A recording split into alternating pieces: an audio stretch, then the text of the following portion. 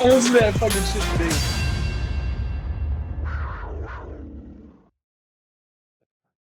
Hey, another episode of DNA Show. I'm your host, Anthony Fan, my man, Donnie Bryant, as always. How you doing tonight, sir? Doing fantastic, man. Yes, man. Yes, man. But, hey, today, another subject, something else that's going down in Carolina. We got a new offensive mindset, baby. And welcome to Carolina. He's had a history in Green Bay, history in New York, Jacksonville, and as of late, Dallas. We're talking about the brand new offensive coordinator that just got hired in Carolina. What's his name, Donnie? Ben Joseph McAdoo. Middle name's made up. I give everybody a middle name. Everybody gets honored. Benjamin McAdoo. Yes, sir. So, what a name. I mean, what a name. I haven't heard of a great name like that since Cam Newton. And Remember that's a, Jarrell Newton? yes, sir. And that's a hill that I'll die on. All right. And don't you question it. All right. So, hey, he was hired. There's nothing we can do about it. There's nothing I can do about it. And there's nothing you people at home can do about it either. All right. So, Look at it. Look at it. I don't want to take the Hodge Choice quotes because back in the day, man, back in my early days of me working out, man, getting hyped for a gym, watching them. But we got to respect it. That's what we got to do. Yeah. Respect. Yeah, I couldn't even think. I couldn't think of what they said, but I knew you were going with there. But hey, Benjamin McAdoo is the new face, the new car Benjamin salesman. Joseph McAdoo the Yes, second. yes, the Rounded up to second. the nearest hundred. Man, as you can see, the liveliness that it has taken out of us, just how happy we are that we got such a young man in Carolina. So, I will say he does have some of the best hair. Hey, if you look at it, motherfucker's always got the hair slicked back. sure, it does too. That's how I got this job. Probably. He said, "You know, you have great hair. Welcome to Carolina." That's what happened to Joe Brady. They said, "Man, you got a fade, brother. That'll work right here in the Queen City. Welcome." He did have a clean ass fade. It was a I clean will. ass fade. I Yes, can't I lie will. to you. Yes, yes, Wish I sir. had hair like that, Yes, man. sir. I'm going bald. So, hey, I would think that Benjamin McAdoo's resume would look something a little like this, and we're going to go over that a little bit today. Benjamin McAdoo, Ben McAdoo resume and what he's done. Um, he does have knowledge, and he runs sort of a West Coast style offense. Donnie, if you could explain West Coast style offense. So yeah, a lot of that is kind of like what Joe Brady ran. Like Mhm. they're like honestly, there's been shown to have a little bit of similarities between Joe Brady's offense and McAdoo's offense. Is really a lot of it is just getting the ball out of the quarterback's Yeah, hands as quick as possible, letting the receivers get the extra yards after the catch underneath or in those yeah, quick, fast yeah. intermediate routes. Yeah. Yeah, it's something quick, something you get out real fast. He does have the NFL experience, unlike our last offensive coordinator, which Joe Brady didn't have. He was an assistant in New Orleans, or right? It Right, was he an was. offensive assistant in New Orleans. Yeah, Yeah, but no wasn't kind of there very like, long. yeah. So, but this guy does have some NFL experience, also head coach experience as well. Um, and he does have an eye for talent when looking back at the people that he liked coming out of college and stuff like that. And now looking back, like, well, he did like this person, this person, this person, and they ended up having a pretty good career thus far. You know, uh, he went to Indiana or Indiana. I think I misspelled that on his own resume. I messed your resume up there, Ben McAdoo. Forgive me. Sorry, he probably just wants some. Pennsylvania. He just wants some hair gel to atone for that sin. I'm just realizing my mistake on his own resume. God. So, but anywho, uh, we'll talk about his NFL career history. So he started off as a tight ends coach in Green Bay, the Green Bay Packers in 2006, 2011. That was under Coach Mike McCarthy. He did win a Super Bowl under him in 2010, and he also then he was promoted to quarterbacks coach in 2012. So what I did was I went back to those years that he was a tight ends coach. I went back to see. what exactly it was that he did. So in 2006, his tight end was Bubba Franks. Bubba Franks was 33rd in the NFL for receiving. Throwback. Yeah. I think he might be on a couple of NFL streets. He So is. He is. um, he was 33rd in amongst tight ends in receiving yards. It's not too good. So you're talking about outside the top 32. But Green Bay was eighth in passing. Maybe they didn't involve the tight ends so much, but Brett Favre was the quarterback then. So we'll see. 2007, Donald Lee was his man. He was ninth in receiving yards amongst tight ends. Green Bay was second overall in passing yards. 2008, Donald Lee again, 23rd in receiving yards. Green Bay was eighth again in 2008. 2009, his man was Jermichael Finley and Donald Lee. They kind of both went at it there. Um, Finley was 13th, and Green Bay was seventh overall in passing. 2010, it was Donald Lee and Finley again.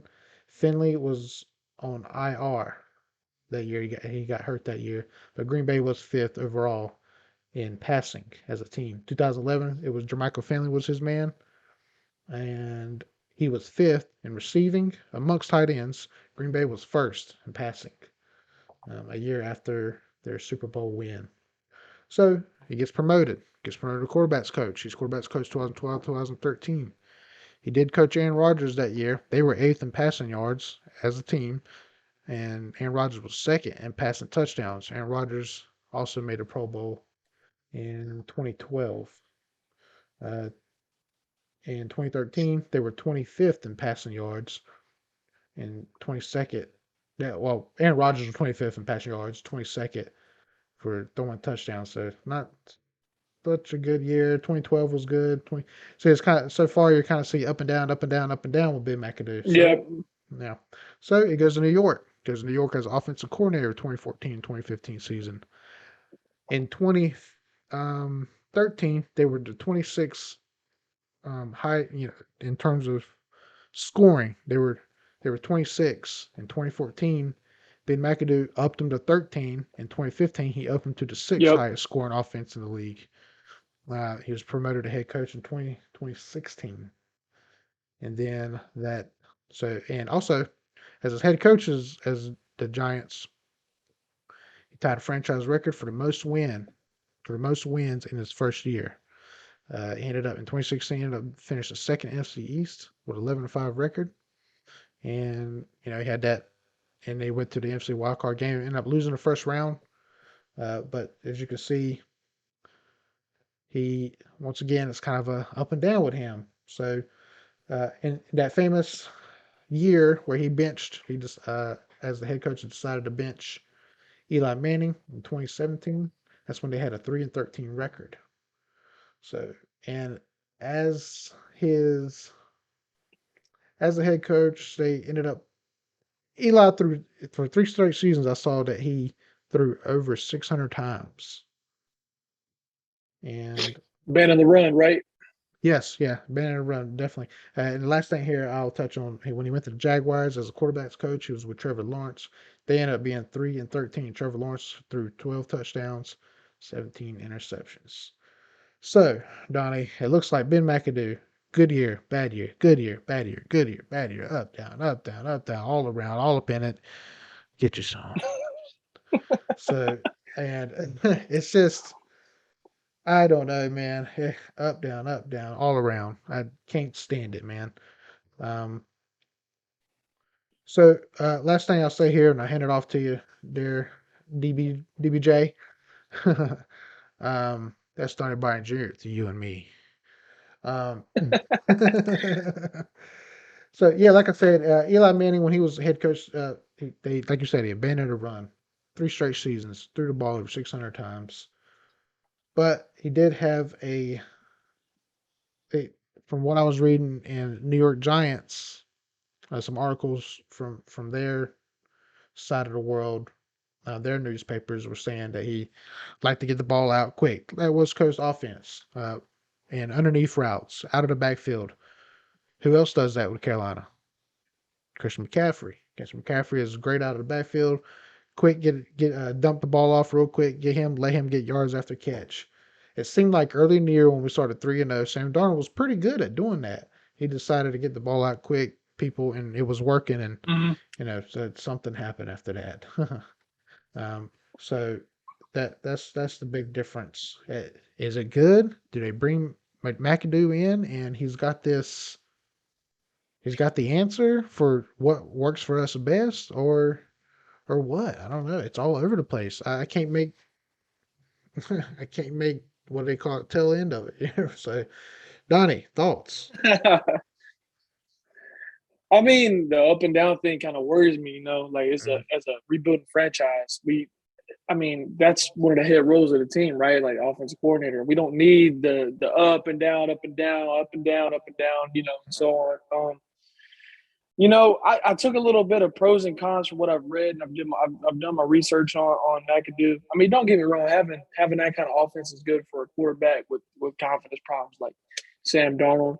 But I mean, I'll just go back to it again. I mean, you can with the franchise being as young as ours and trying to get a philosophy established and trying to get these young guys going.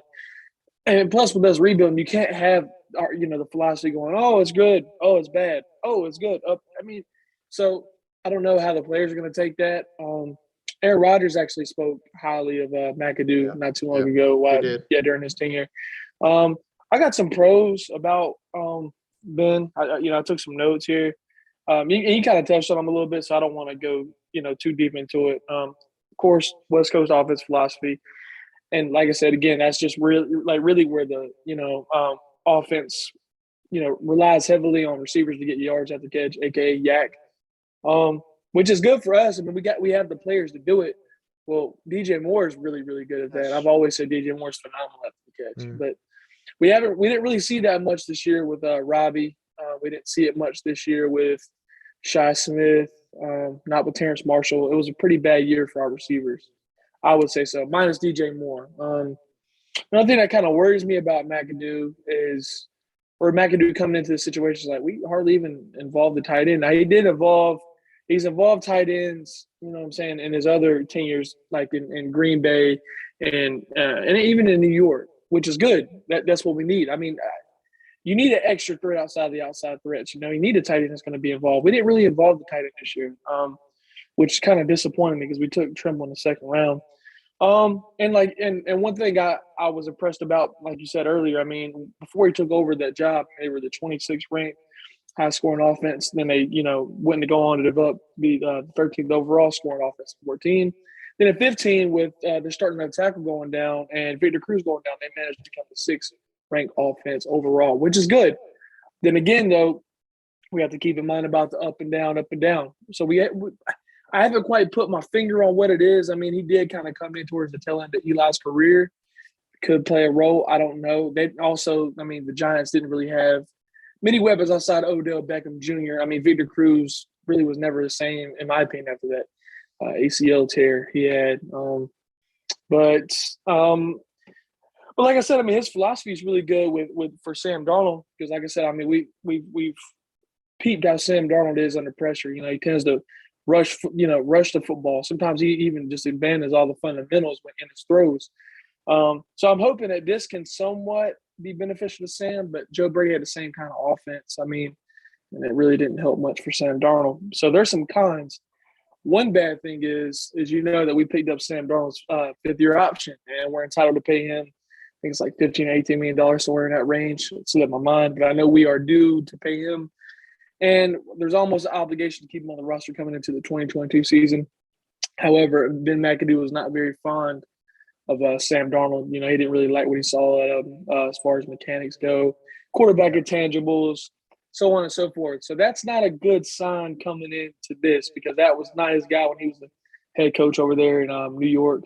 So I'm a little skeptical of how that's going to be. I don't know if you would consider this a con or not, considering how Joe Brady just took his team to the Super Bowl, but Ben McAdoo's always had a really good way of working with quarterbacks early on in his career, and even now. I mean, he's had some success with quarterbacks, which makes me think: will we be getting a quarterback instead of an offensive lineman?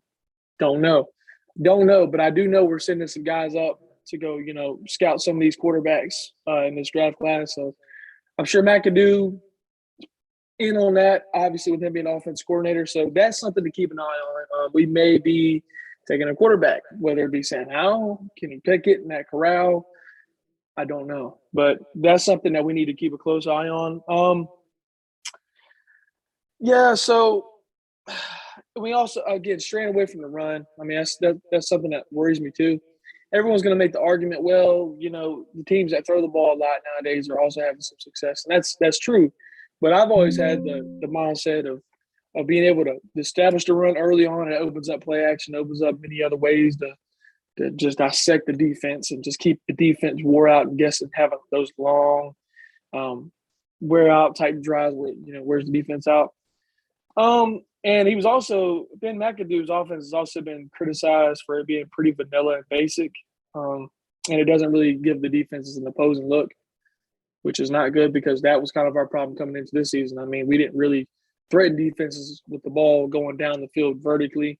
We didn't really beat anyone deep this year, which is disappointing. So Yeah. I'm hoping that he can establish some deep ball threat type philosophy in that scheme of his. I'm hoping.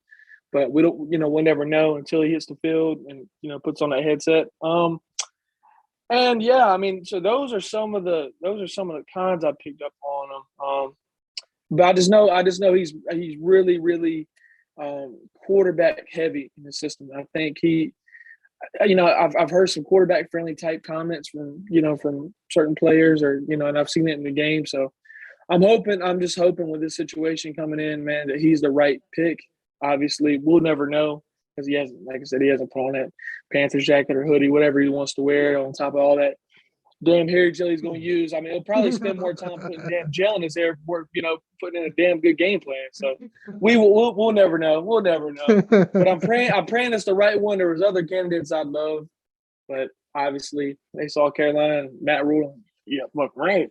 And I mean, at this point, I don't blame him. But yeah, so that's kind of my little spill. I'm trying to be optimistic, man, because I've seen Joe Burrow today send his team to the Super Bowl in year 2. It makes me optimistic that if we make the right hires and we build this roster the right way, I mean, offensive line is still a problem in Cincinnati, but their quarterback has what it takes to put them over the top. He's got the right weapons, got the right coaches, and I'm hoping we could do that.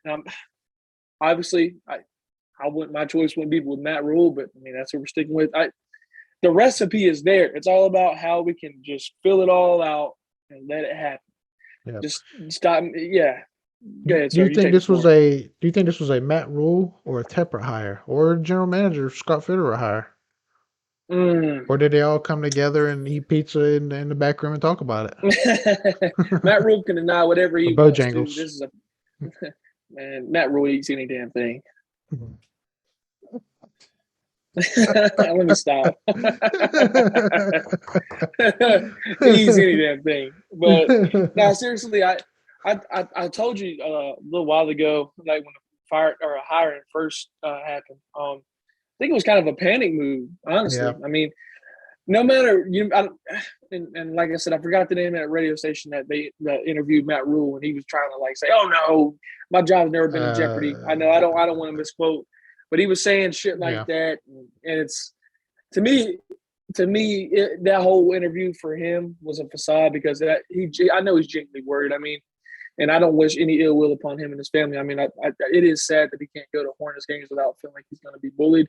Yeah. But all those factors, and I trust Jay Glazer, who's always been a long-time reporter for the NFL. I mean, there's supposed to be a rock star hire at an offensive coordinator, and Ben McAdoo really doesn't fit the rock star type fit at offensive coordinator. But me personally, I think it was a panic Matt Rule hire. At the end of the day, if this doesn't go well, man, it's time to move on. And I think if this plan doesn't go to fruition, let Scott Fitter take over. Like I said, one of the lives ago, it's obvious. Matt Rule was never Scott Fitter's guy. Matt Rule was here prior to Scott getting here. So I just don't want Scott's job to be in jeopardy due to Matt Rule's horrible decision making at the coaching position. So that's kind of my theory. I think Matt Rule brought him in. New York ties. Tom Coughlin was also pretty heavy, and as an influence in Matt Rule's career. So I'm sure there was some talk in there about it. So that's just my theory though.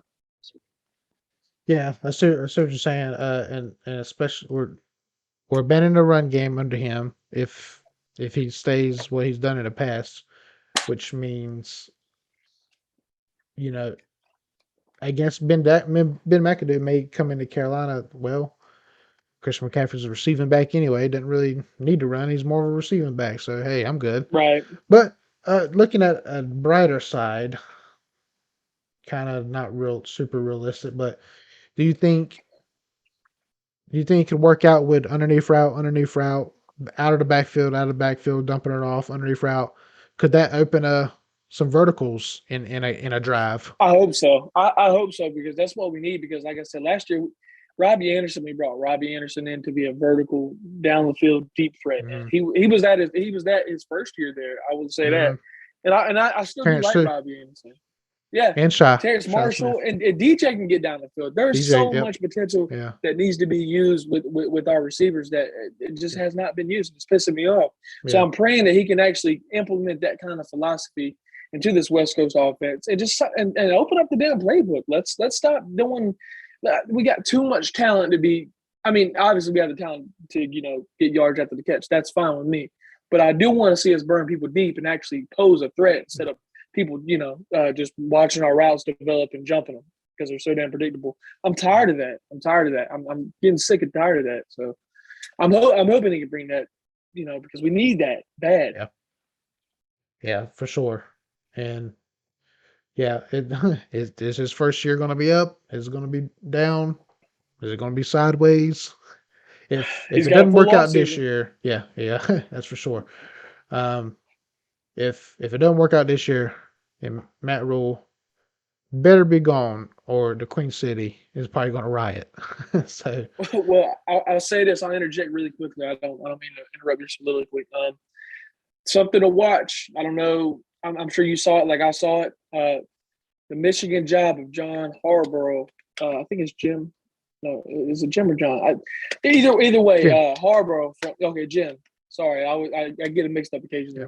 yeah, If he gets that Vikings job that he's interviewing for, there's been reports of Matt Rule going to Michigan. So yeah. please, I'm playing. I'm playing. I mean, in a way, I'm not, but I don't want to see anyone lose their job. But I'm growing impatient because if I guarantee you, if a Zach Taylor were to took over a team this year, our team, guarantee you, man, we would have excelled.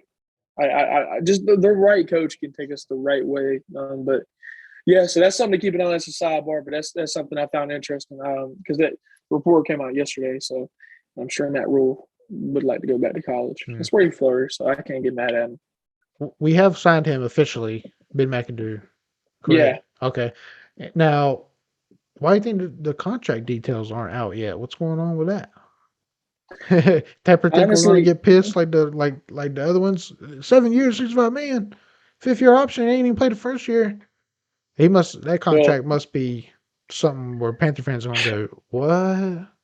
what intrigues me is that Jay Gruden had a second interview, but Ben McAdoo only had one. So I'm assuming Mm-hmm. something in the contract. There's some incentive that it's going to sound crazy and just blasphemous, but honestly, man, I honestly think that there is some sort of incentive that McAdoo may have a pretty high saying in the operations of like coaching, maybe.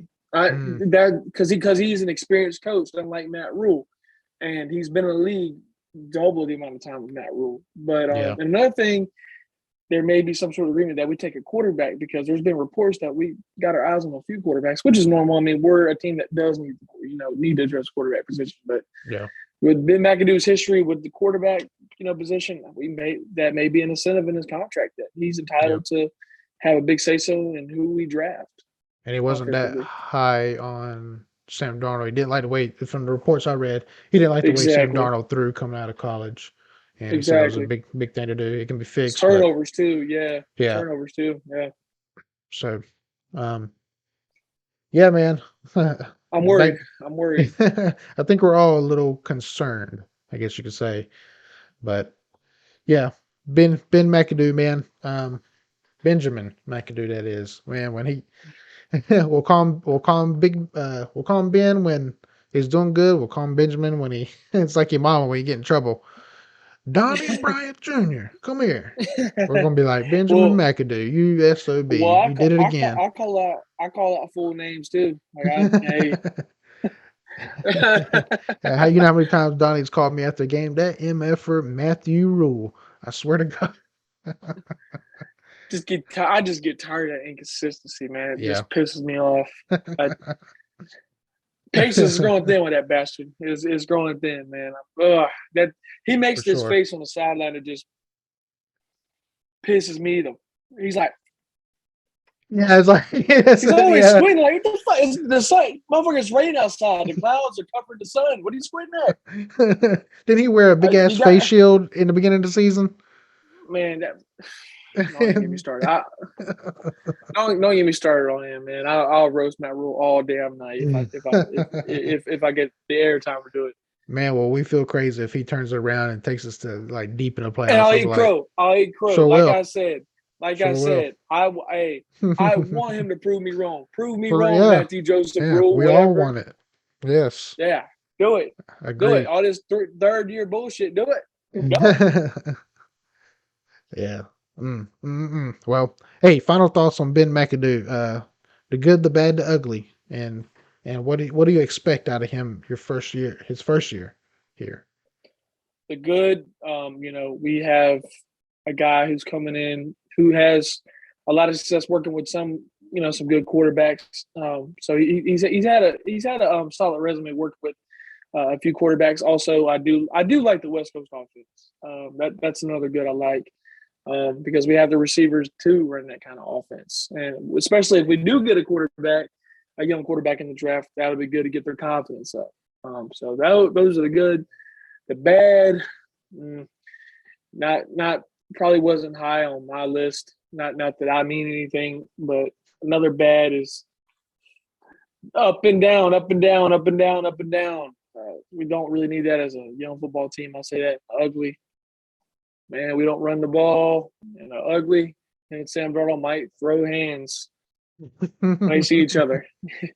There's going to Yeah. be hair gel, red hair flying everywhere. Yeah. Yeah. So I just pray to God. I pray to God this whole thing works out because I want the best organization. I really do, man. For Yeah. this team, it would mean the world. It would mean the world to get back to the playoffs and make another Super Bowl. Hopefully, win one eventually, man. So Yeah, for sure. time will tell. Time will tell. So, and we're tired of it. And the first year, if Ben's out, or excuse me, if Matt Rule is out during like the middle of a season or something, which could happen, we could be seeing Ben McAdoo Oh, taking he'll on take over. head coach stuff. Yeah, If he I'm a would. bed man, Yep. he's taking over. Yeah, probably, and not Phil Snow. Which, if I had my own choice, it'd be Phil Snow. But Yeah. who knows?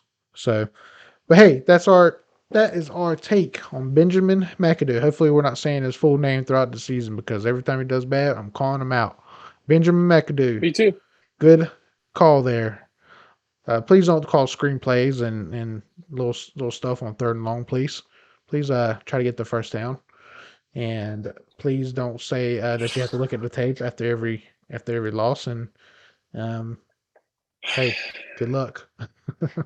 Use all the damn hair gel you want. Just please push the damn ball up the field and let's Please. score. Let's get in the end zone and let's minimize the damn turnovers and let's minimize that stupid ass look on Matt Rule's face all the time. And I tell you what, Benjamin, you have my full permission. If Matt Rule makes that face, just whack. Just please, I'm begging, or take his damn headset, Yes, please. So, please.